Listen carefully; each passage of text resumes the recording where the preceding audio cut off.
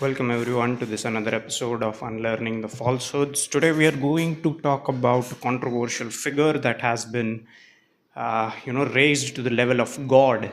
So far, so as like we have given him a title of Father of the Nation, meaning that Bharat as a nation came into being only after Mahatma Gandhi, you know, inseminated it, speaking metaphorically, since he has been given the epithet of father of the nation. So father usually is the person who inseminates something, and hence that thing comes into being. Okay, so to have that level of you know to to deserve that level of the epithet that was given to Mohandas Gandhi, what has he done so far? So far we have made it clear in our series that up until the 1917 up until 1917 he does not figure prominently in the political landscape, political discourse of Bharat. Okay, he has no link whatsoever to Khilafat movement, to Congress. Up until 1915 or 1914, he was unknown. The name of Gandhi was unknown to majority of the people. It was only known to the elite circles of Congress. All right, they might have made some passing references to the effort made by Mohandas Gandhi in the Boer War for the British, but that is besides the point. He was not a household name. Okay, his name was only known to the elite circles of Congress, and even the elite circles of Congress were like cream of the cream. Okay, at that time, people who had the time, leisure, and resources to have English education in the first place were the ones who were able to get into those elite political circles, get themselves elected or nominated to the legislative assemblies, and hence they were able to speak, and then they were able to acquaint themselves with the political discourse. All right, so today we are going to talk about a particular fellow individual who goes by the name of Mohandas Gandhi. Okay, he has been called a freedom fighter, but according to me, he was simply a politician, although a shrewd politician at that. Okay, he definitely deserves credit, but not for being a freedom fighter, but for being a shrewd politician. Okay, all right. Today we are going to start off with. Uh, Now there is one anomaly over here. Okay, I'm going to talk about two successive years, two consecutive years. One is 1917, another one is 1918. Okay, so the 1917 annual session of Congress refers to Gandhi as MK Gandhi, but the 1918 session of Congress refers to him as Mahatma Gandhi. So, in just a span of 1 year, he did so many splendid, he did so many splendid deeds that he came to deserve this title of Mahatma within a span of 1 year. So that is something for us to ponder and appeal to your reason. This is well supported by documented evidence of the annual sessions of Congress of 1917 and 1918. Okay. Now, if you look at the broader picture, the reason why we are talking all this, there will be some people who will ask, okay, it's a thing of the past. Why discuss Gandhi right now? He might have taken some decisions during his time. We cannot question real time judgments like that. Okay, it matters because from post 47 onwards we are being fed this lies that he was the father of the nation. His ideas are something that you should look up to. He is somebody you should aspire to emulate. Okay, this was something that was fed to us in the form of movies, in the form of education and whatnot, even advertisements for that sake. All right, that is something that I also criticize about the present dispensation. So if the present dispensation is really serious about correcting the historical narrative, why not start with Mohandas Gandhi? Okay, he might have done few good deeds in his life. I'm not taking that away from him. Definitely he has done things that are commendable, but why not look at the other side? Why turn a blind eye to his other side when you are clearly scrutinizing the personal and private lives of other controversial figures such as Savarkar? All right, so it's all about acceptance and accommodation for all specific individuals, not just one. All right, so that is something that I wanted to mention in the very beginning. So yes, so there are these two consecutive sessions of Congress from one in 1917 and the one in 1918. Okay, So in 1970 he's referred to as MK Gandhi, but in 1918 he's referred to as Mahatma Gandhi. Okay, so that there has to be something. Okay, you cannot just simply call somebody a great soul. Okay, that's a very huge epithet that was given to him. So something for you to think about, something for you to ponder and appeal to your reason. Okay, towards the end of this video I'm going to quote Abraham Lincoln. Not that I am really fond of American presidents, but there are some words of his that stand very relevant to the current political and public discourse of Bharat. Okay, so towards the stick to the entire video, and towards the end we will discuss a few words by Abraham Lincoln that stand pretty much relevant from 47 onwards. Okay, all right, so moving ahead. So right now was the time when the Home Rule League had died out, meaning the British had arrested Annie Besant and Tilak. They had already been tried for sedition. So once you have had the experience of this draconian judiciary that British was running, okay, so you tread your path very carefully. You do not take any haphazard moves, you do not make any haphazard statements, and on top of that you also put out this facade for public consumption that you also support the British. Okay, that in some way or the other you're advocating loyalty towards British. All right, now Gandhi, okay, Mohandas Gandhi, from 1894 to 1914 he was in South Africa. Okay, from 1894 to 1914 he was in South Africa fighting what? He was fighting apartheid and racism, meaning the people over there, okay, the people over there with the white people over there, they were discriminating against the majority population that was black. Okay, so Gandhi had experienced this firsthand. All right, so what is the basis of racism and apartheid? Okay, why exactly were the whites not treating the blacks at par with them? What could be the reason? Color simply cannot be the reason, that just because we are fair and we are different, you are black and hence you are inferior. This cannot be the reason. Okay, the underlying idea of apartheid and racism is that the white race, that the British race, is superior to all the other races in all the matters, be it knowledge, be it polity, be it statecraft and whatnot. Okay, so this was the underlying idea, that since we are white, since we are British, you are inferior to us. And Gandhi was fighting this in South Africa. Okay, so he was pretty much very well aware about the racial supremacy of the British. He knew that the British, the white race, is not going to treat any other race at par with them, because internally they have this megalomaniac ideas of being the best race ever. All right, so he had experienced this first race. He knows this before walking on the soil of Bharat, that British thought of themselves as the superior race. Okay, now when he is coming to Bharat, all right, he is advocating a moderate stance. In fact, somebody would say that he was more moderate than the moderates of his times. Okay, what was he advocating? What was he advocating? Let me just read out. All right,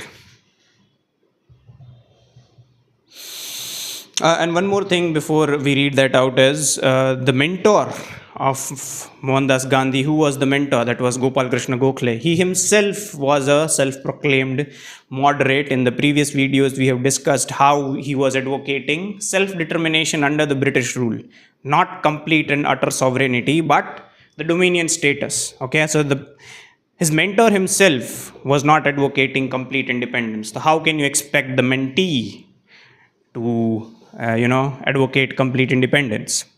Okay, so yes, so how do we know that Gandhi was a staunch moderate? All right, he was advocating British support for the war.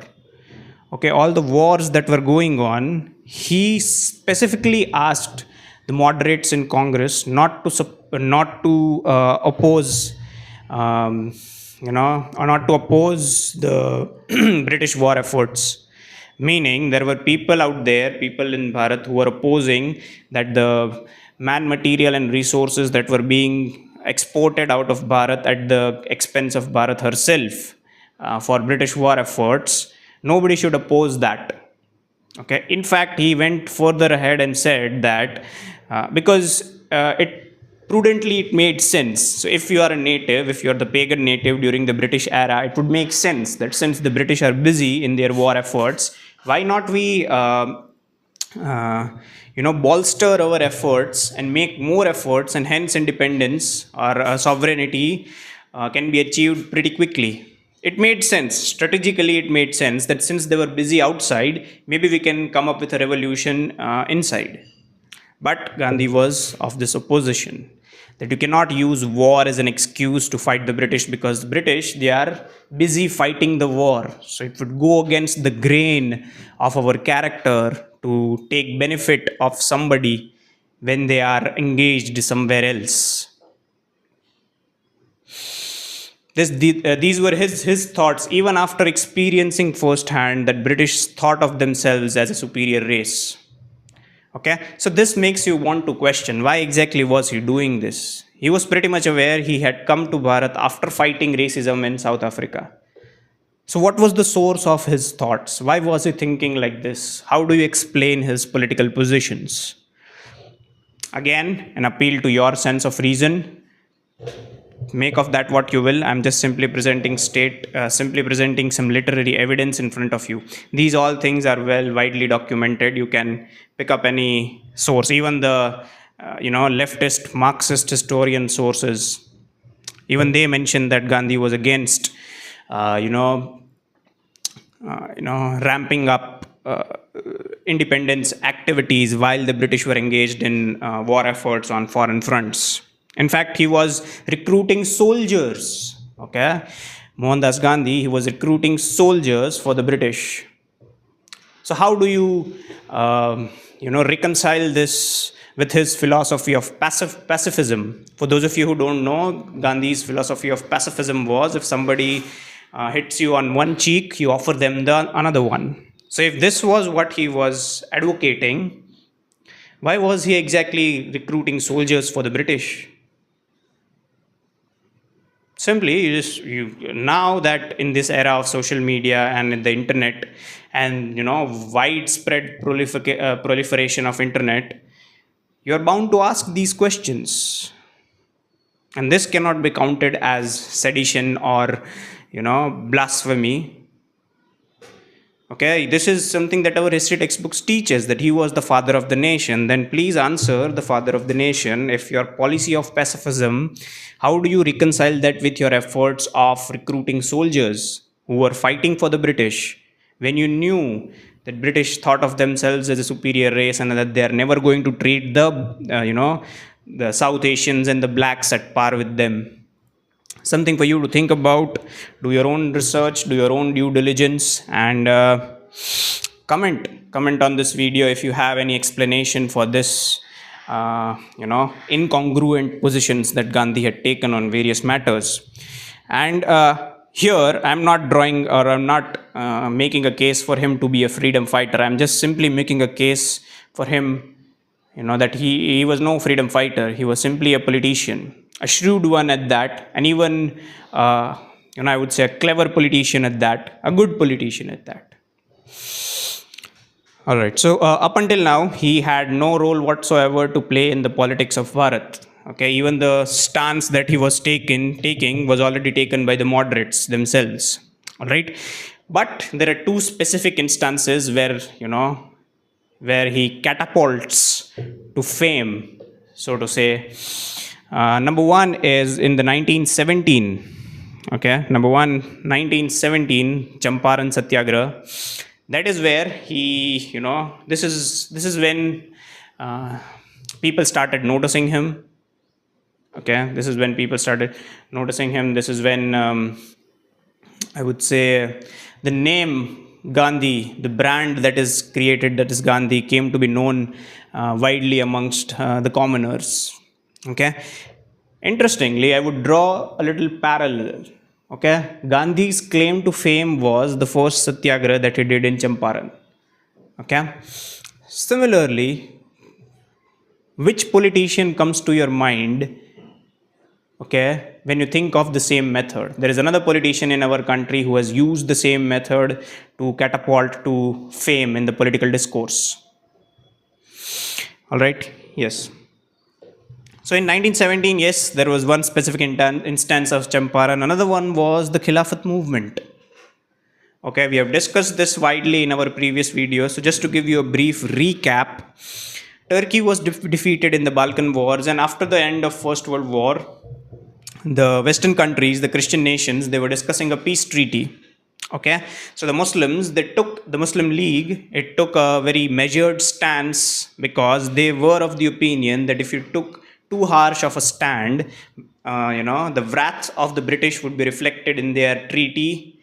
The wrath of the British would be reflected in their treaty that they signed with Turkey, and Turkey was an Islamic caliphate. Okay, so they could not go all out guns blazing in criticizing the British back home because uh, they were of the opinion that if you do that, the British will come down heavily on Turkey. So they were pretty much measured. And Gandhi, being a shrewd politician, he saw this opportunity to capitalize in this newfound fame, this newfound currency that he had amongst the pagan natives. Okay, he thought of this genius strategy that we could unite the pagans and the Muslims for, you know, getting support for his own political cause. Okay, up until this day, okay, they are still not demanding, the moderates in Congress, they are still not demanding complete independence or total sovereignty. So you see the power struggle. Okay, in a sense, Congress and Muslim League, they had formed this mutual beneficial alliance because they wanted to replace the British in the legislative council.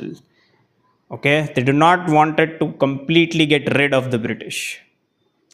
All right, this is something that, it's talked about very lightly, but it has had very serious repercussions on our psyche and on our consciousness. To this very day, our politics functions on that same dynamic. We still have adopted that Westminster model of democracy, thinking, okay, that we did not throw British out.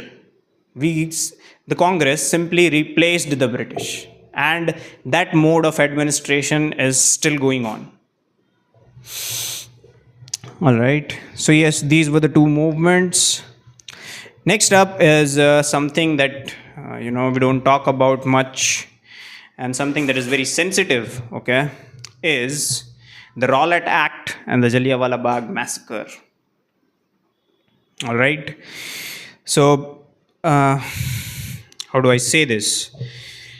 To this very day, the British are very skeptical in talking about the Jallianwala Bagh massacre because it displays the utter lack of morality in the Christian colonizer, and on top of that, it also displays the utter lack of accountability, the sense of accountability. Okay, doing something wrong, okay, it's in the past. Nobody is asking you to hold judicial trials for people who are involved in that.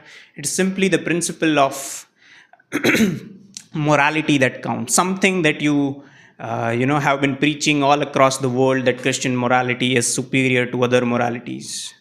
That was the whole purpose of educating the native in English. Okay, that we need to teach you our morals because your morals are not so good. Okay, so the underlying idea behind Christian colonizers' sentiments of being a superior race was their Christian morality. So tell me, does not your Christian morality tell you to accept when you are wrong? Okay, so what if it does not tell you to accept when you are wrong? What about wanton killing of people, innocent civilians? No? Okay. So I'm not here advocating this idea that many of our public speakers have, gone over there and asked for an apology. We don't need your apology. Okay. Long ago, we have made peace with this idea that the British, they left. What's done is done. Okay. Water under the bridge. We don't expect an apology from you. Okay. But the mere fact that you refuse to talk about it, the mere fact that you simply refuse to accept accountability for it, even after more than 7 decades of passing, speaks volume about your character, the British character. All right, yes. So there was a sedition report, sedition committee report. Sedition meaning because the Punjab region, like we have mentioned, we have discussed this in our previous videos. Maharashtra, Bengal, and Punjab. These were the three regions that were at the forefront in revolutionary activities because these were the areas where British had shown high-handedness in controlling the pushback. Okay, obviously you were here. Not everybody was moderate. Okay, the existence of revolutionary front itself speaks that the moderate front was not enough. Okay, the impotency of the moderates is is displayed through the mere existence of a revolutionary front. Why did people had to pick arms? Because the actions that were taken by the moderates were simply not enough. All right. So yes, there was a sedition committee report that was published, and majority of this, the blame of sedition was laid at the door of the Brahmins. The priestly class of the pagans, the pagan priests. Okay, because they were of the opinion that all the seditious literature and all the seditious voice literature and writings that were coming through the priestly class, and more specifically the Chitpavan Brahmins. Okay, it's their writing. It's not me who is saying it. If you're interested, there is a 286 page sedition committee report that was published in the year of 1917. Okay, you please download it from the internet and read it. This is what they say, not me. In fact, there is an excerpt over here that I've pulled out for you to judge the tone of that report. And the writings in that report say, so far as all the trouble had been Hindu, but the war between Turkey and Italy and the apparent indifference of Great Britain throughout the Balkan War has bitterly annoyed some Mohammedans of the Punjab. Okay, now that they were, seriously aware, initially they were under the impression that it was only the pagan native that was, resorting to revolutionary activities. But now they again woke up to the fact that indeed it was the Muslims also who had fallen back upon ways of the revolutionaries. Okay, when I say they had fallen back upon the ways of the revolutionaries, their intentions were different. Okay, the pagan revolutionaries, they were fighting to restore state power, a state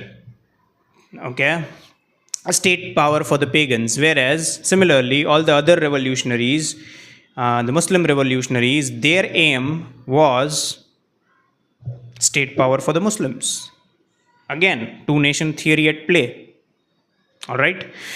So yeah, it's all in writing. You should download this from the internet, read it. Yeah, it's a wonder why these things are not part of our history syllabus, because it will open up some uncomfortable truths.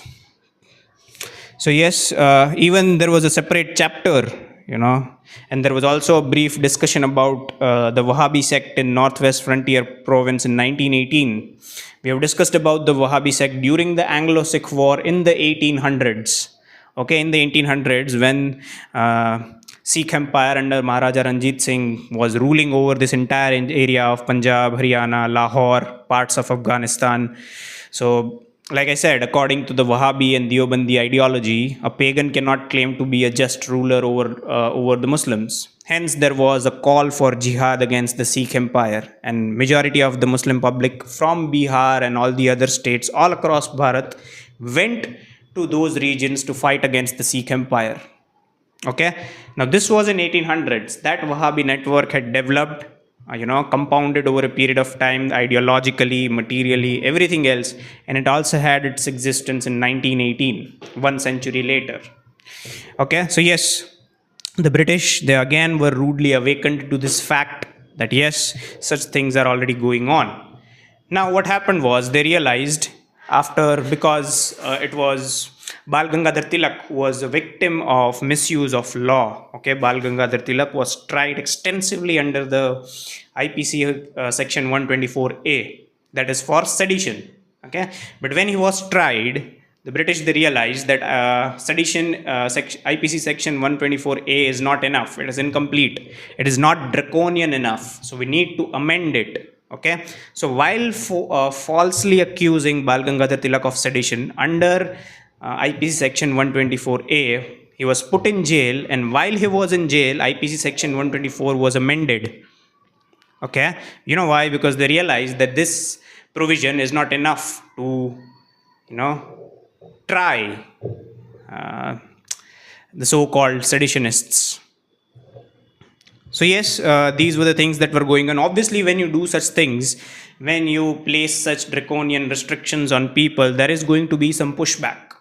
Okay, and the revolutionary front was this pushback. In part, the frustration from the impotency of the moderates was also the reason that pushed revolutionary to take such extreme measures, because the public discourse said that the moderates were indeed in the favor of independence and whatnot, but in reality simply they were undercover agents of the British, because it is what it is. They were simply the most favorite. It's like this. Okay, uh, in your class, if there is a classroom and there is a very strict teacher, there will be the teacher's most favorite student. Moderates were those favorite students. Others, people who advocated complete and utter sovereignty, those were labeled as extremists, but we have established in our previous videos, in a way, they were nationalists. All right. So yes, they came up with certain rules and laws after this sedition committee report that came out that analyzed the spread of sedition all across these areas. So there was another specific law that came into force, that was Anarchical and Revolutionary Crimes Act. Okay, they are calling it crimes. Okay, the British were here to rule. Okay, they were not legitimate rulers of this country. A crime is qualified as a crime when you commit it to overthrow a legitimate government. If at all British were elected democratically, and there was this, I would say that there was this widespread election, and people had casted votes to elect prime minister as we do today, then they would be called as legitimately elected governments, and then efforts to overthrow them would count as crimes. Okay, they simply just came here and assumed this idea that we are the legitimate rulers. Okay, so they were legislating laws as if they were elected on behalf of the populace, and hence, they were the legitimate rulers. But that is a discussion for another. That is a discussion for another video, another series. We'll discuss that. I know it's a very controversial and politically incorrect idea, but we will definitely speak on it at length and unpack that idea. Right now, we are going to focus on the Rowlatt Act, Anarchical and Revolutionary Crimes Act, meaning, okay, what did that act allow? Okay, what did that act allow? That act allowed the British to arrest anyone arbitrarily. So much about morality, isn't it? They expected us to believe that they were a superior race, and where in effect they were doing this. All right. So this Rowlatt Act that allowed the British to arbitrarily arrest anyone, pick them up from the streets, put them inside the jail, no trial required, direct execution. Okay, hold them responsible, hold a trial inside closed doors. Okay, when there is a trial, it should be made public. People should be allowed to watch it. Okay, so these trials were held in closed doors. Nobody was out there. So how do you know these were fair trials? Okay, so they would randomly pick up people on the suspicion of on the suspicion of them being a revolutionary or doing anything that is that qualifies as seditious according to them. They will lift them up from the streets, try them inside closed doors, and put them in jail, transport them to faraway places. Okay, so this was the law. This was called the Rowlatt Act. It was also called as a Black Act, but yes, this was something that was done. Obviously, there was going to be some pushback. Even there were some moderates who had now slowly awakened to the fact that indeed British plan to stay for a long period of time. They are not here for our welfare. Because of this law, many of the moderates were now, looking at the real face of the British. They realized that it is a larger political power play going on, and we are merely just pawns being used for political maneuver. Okay, so many of the moderates In 1990 and 1920 onwards, you'll see that they will change sides to extremists. Okay, so yeah, like I said, it was very fluid. Now, what happened was after this Rowlatt Act, okay, after this Rowlatt Act was enacted, okay. Now, if you see, whenever there is, I'm talking about the current time, and this goes for all democratic countries, not just Bharat. Whenever parliament or a legislative body comes out with a new law, and that new law is going to be in force, okay, they publish it on broadcast mediums such as newspapers. Now that we have social media as well, okay. So the duty of the government, the duty of the legitimately elected government does not end simply after legislating a law. They need to make people aware that from tomorrow onwards, this law will be in force. Okay, so hence people will know that there is something that is coming into force from today, tomorrow onwards. You cannot expect people to comply with a law that they don't know about. All right. So yes, after publishing this law, Rowlatt Act, the British did not put out. The public did not know. Okay. Even if somebody knew, okay, it was only the elites, okay, the people who were staying abreast with the political activities of that time. Those were the ones who were aware of it. What about the majority or the mass of the population? To this very day, I would urge you to go out there and ask people about certain laws that are in force. They will not know. Okay, and that is a problem. That is a very big problem with our current generation and the Gen Z, so to speak. Okay, they think of politics as a dirty business, but in fact it is something that you should take active interest in if you seek or aspire to see your nation as a developed one. Right. So yes, people in the Punjab region, they did not know that such black act is in force, and according to this act, people were not allowed to assemble outside in public because Punjab was seething with revolutionary activities. Okay, it was a fertile ground of revolutionaries. One such good example is Bhagat Singh. Okay. So yes, there was a public meeting on the day of Baisakhi organized. Okay, people did not know that there is a ban on public meetings, under the Black Act, because the British did not make adequate efforts to let people know what the law was. Okay, again, an appeal to your reason. Ask yourself this question. Okay, was it an innocent mistake, or was it a deliberate act? I would present a proof that it indeed was a deliberate act. How? Within minutes of public gathering in Jallianwala Bagh, within minutes the authorities reached there with guns and firepower. There was no delay. People had gathered, and within minutes the cavalry was over there. If indeed they were so benevolent and morally upright, couldn't simply just they vacate that place? The later justification given by Brigadier Dwyer, I guess that fellow, was that he wanted to set an example so that in future there shall be no such event. Okay. All right. So yes, the troops, they arrived within minutes of people gathering. They fired upon unarmed civilians, women, children, and a lot of them died. Okay, to this very day, there has been no acknowledgement of this. Even after there has been a person, whose nationality was rooted in Bharat, that is Rishi Sunak. They had a person with Bharat nationality in their office. Even he did not speak anything about Jallianwala Bagh. If he has, I guess that would be nice.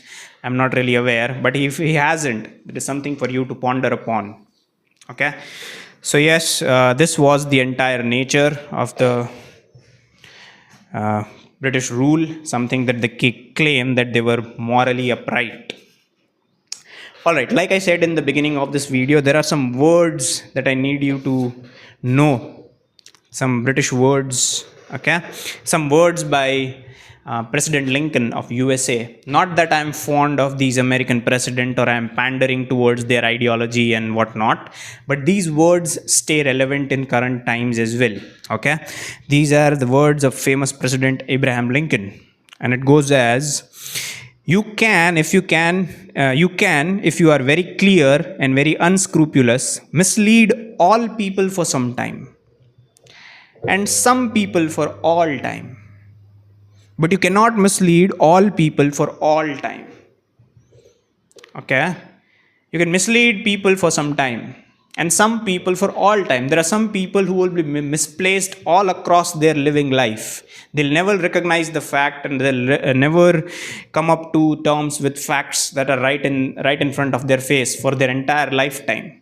Okay? But that is only possible for some people. You cannot mislead an entire populace for all their life.